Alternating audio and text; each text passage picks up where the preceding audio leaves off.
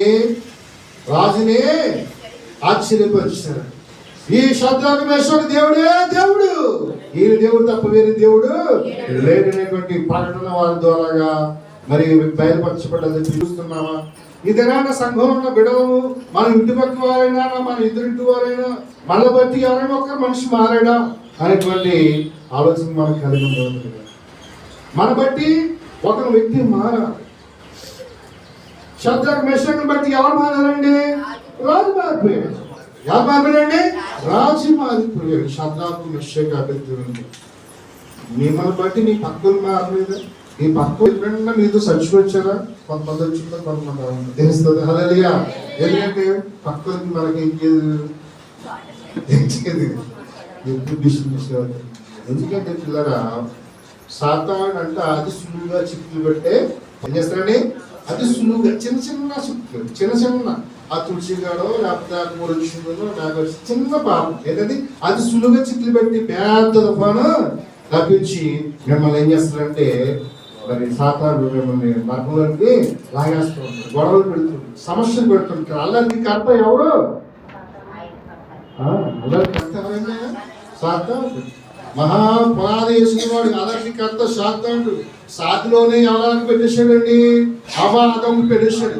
నువ్వు కొత్త నువ్వు తినమంటావండి, నేను తిన్నాను అనలేదు. అద్దరికి పెట్టేసి మొత్తం తిప్పించేసి ఎవరికని పడు తిన్నాడు, పాపంలో పడ్డాడు. అక్కడి నుంచి స్టార్ట్ అయింది శ్రమలు మానవుడు. దేవుడు అంట ఆదులు అన్ని మంచి ఫలాలు ఇచ్చాడు. దేవుడు ఏం చేశాడు? మనకి అన్ని మంచి ఫలాలు ఇచ్చి మంచిగా మీరు భుజించి ఆనందించి సంతోషించిన అంటే సాతాను మాట విని ఏం చేస్తారండి? ఆజ్ఞ దిగ్రమించి తిన్న తర్వాత వాళ్ళకి ఏం కోరిక తెలియంటే మన శాకాహారులుగా నుంచి కానీ మాంసాహారం చాలా జాగ్రత్తగా నుంచి ఆదికాండం చదివినట్లయితే మీరు అక్కడ శాకాహారము ఫ్రూట్స్ ఇచ్చాడు తప్ప మనం తినడానికి ఏమవ్వదండి.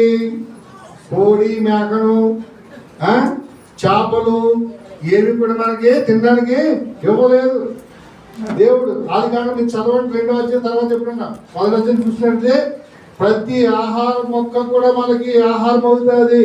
ప్రతి ఫ్రూట్స్ మీరు నిరభ్యంతరంగా తినచ్చు, ఆ ఒక్క పుణ్యం మాత్రం అని చెప్పేసి దేవుడు ఇచ్చాడు. కానీ ఆ తప్పు చేసి మన వాళ్ళు ఏం చేశారండి? మంచి ఆహారాన్ని విడిచిపెట్టి ఏ ఆహారం వెళ్ళిపోరండి? ఏ ఆహారం వెళ్ళిపోరండి? శాకాహారం నుంచి మాంసాహారంగా మారిపోయి, శాకాహారం నుంచి మాంసాహారంగా మారిపోయి అక్కడి నుంచి చంపడం మొదలుపెట్టాడు. అక్కడి నుంచి చంపడం మొదలుపెట్టి చంపు తింటం మొదలుపెట్టాడు. ప్రియులారా చాలా జాగ్రత్తగా గమనించండి. యెషయా గ్రంథం 1:22 మీరు సంబంధించిన మాట ఏంటంటే భూమి యొక్క మంచి పదార్థాలను నేను మీకు అనుగ్రహిస్తాను. దేవుని స్తోత్రం కలుగుగాక. యెషయా గ్రంథం 1:22 ఉందన్నమాట. కనుక ఏమంటే మీరు సంబంధించి ఎవరి మాట వినాలండి? దేవుని మాట వినాలి. మన దేవుని మాట విన్నప్పుడు ఖచ్చితంగా మనకి దేవుడు ఏం చేస్తాడు? భూమి యొక్క మంచి పదార్థాలు దేవుడు అనుగ్రహిస్తాడు. మంచి పదార్థాలు దేవుడు అనుగ్రహించినప్పుడు తిన్నప్పుడు మనకు రోగాలు వస్తాయండి. నీకెందుకు బీపీ వచ్చింది? నీకెందుకు షుగర్ వచ్చింది? నీకెందుకు క్యాన్సర్ వచ్చింది?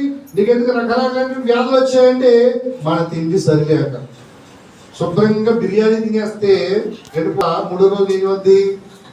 చూడండి కదా, మనమే ఏం చేస్తున్నామంటే శరీరాన్ని పాడు చేస్తున్నాం.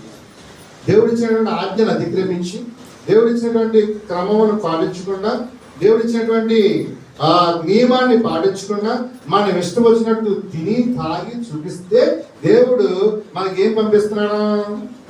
ఏం పంపిస్తున్నాడండి? మీ ఎగ్జామ్ మేము ఉదయాన్ని పొంటరు అని 9:10 అంటాడు. మీ ఇష్టం వచ్చిన పేరు జీవించిన ఉద్దేశం. చాలా జాగ్రత్తగా గమనించండి. దేవుని వాక్యము చాలా సత్యమైనది, ఎప్పుడు ఎన్నడూ మారనిది, ఒకలాగనే ఉండేది. వాక్యాన్ని తెలుసుకుని వాక్యానుసారంగా జీవించినట్లయితే మనకు వచ్చేస్తాయి. మన ప్రవర్తన విషయంలోనూ మన భక్తి విషయంలోనూ చాలా జాగ్రత్తగా ఉన్న. తాను నిల్చున్నానని అనుకున్నవాడు పడిపోకుండా చాలా జాగ్రత్తగా చూసుకోవాలి. భక్తిలో మనం ఎదుగుతున్నప్పుడు, ప్రార్థనతున్నప్పుడు చూసుకోవాలి. బ్యాలెన్స్ గా మనం నడవాలి. ఒక బైక్ నడుపుతున్నప్పుడు ఎలా నడవాలండి? బ్యాలెన్స్ గా నడపాలి. కానీ పిల్లరా మనం అనాలోచనలో ఉంటూ బాధల్లో ఉంటూ ఏదో ఉన్నప్పుడు మనకి అవి జరగకుండా మనకి ఏం చేస్తుంటే జరుగుతూ ఉంటాయి. కనుక పిల్లలు జాగ్రత్తగా గమనించండి, యేసుక్రీస్తు ప్రభునందు విశ్వాసించిన ప్రతి ఒక్కరూ కూడా శ్రమలు వచ్చాయని మనం ఎప్పుడు కూడా యేసుక్రీస్తు ప్రభుని విడిచిపెట్టకూడదు. యేసుక్రీస్తు ప్రభుని 70 మంది శిష్యులు వెంబడించారండి. ఎంతమంది వెంబడించారండి? 70 మంది వెంబడిస్తే దాంట్లో మధ్యలో కొంతమంది ఏం చేశారంటే ఆయన్ని శ్రమ రాగానే ఆయన ఉండగానే ఆయన్నే విడిచిపెట్టి వెళ్ళిపోయారు. తర్వాత వచ్చేసరికి ఎంతమంది మిగిలారండి?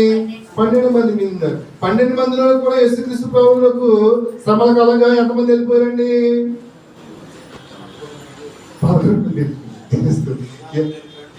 ఎవరున్నారంటే యోహాను ఉన్నాడు. అసలే పద్మస్ తీర్థంలో సిలువ దాకా ఎవరున్నారండి?